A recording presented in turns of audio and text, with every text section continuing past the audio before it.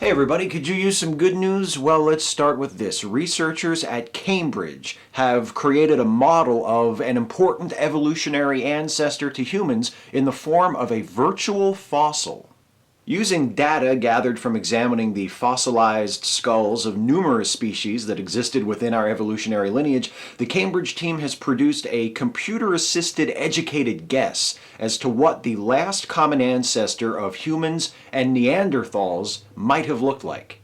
That humans and Neanderthals were closely related has already been established, so it's a certainty that a last common ancestor of both species existed. But no fossil belonging to this species has ever been identified.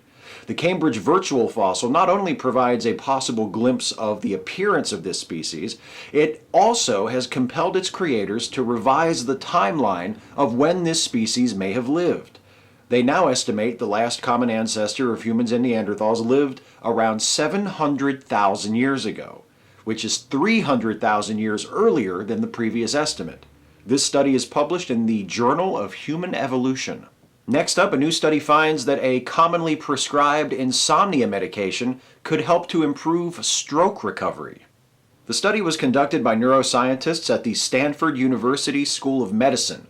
It found that mice that had suffered strokes had significantly faster recoveries when they were administered low doses of the drug zolpidem, more commonly known as Ambien.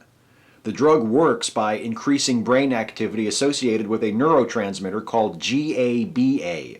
These neurotransmitters are also thought to play a crucial role in stroke recovery. While zolpidem undeniably sped up the recovery of the mice who received it, it's not yet clear if similar treatment would have long-term benefits for humans. And this is because mice are naturally much better at recovering from strokes than we are. Nevertheless, this is a promising find, which could someday lead to improved treatment for the over 800,000 people who suffer strokes every year in the US alone. This study is published in the journal Brain. And finally, using the Hubble Space Telescope, astronomers have captured images of the first ever predicted supernova. The supernova has been nicknamed Refsdal. It's located in a galaxy cluster approximately 5 billion light-years away. It was first noticed as part of a gravitational phenomenon called an Einstein cross, which results from gravitational lensing, when the gravity of a massive object actually warps the light of objects behind it. The Einstein cross created 4 separate images of the galaxy in which Refsdal is located, but until earlier this month, the supernova had only appeared in 3 of those images. This next part is a little complicated. Due to the warping effect of the gravitational lensing, the light from each of those 4 images travels a different path. That means that while all 4 images in the Einstein cross are of the same object, they're not of that object at the same time. It's a little bit like watching 4 screens, each showing the same movie, but each having started the movie at a different time.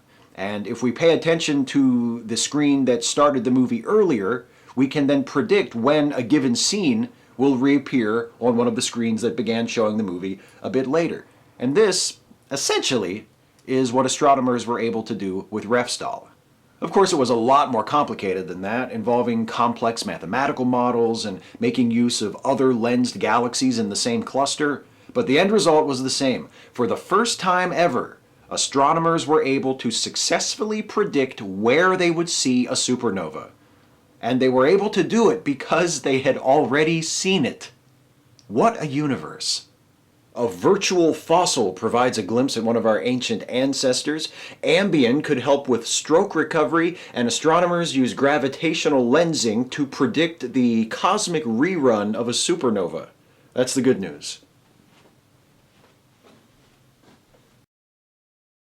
Hey folks, we hope you enjoyed this video. If you did, please like it, share it, subscribe to the channel if you're not subbed already, and also please consider helping me to make more videos like this by supporting this channel through Patreon.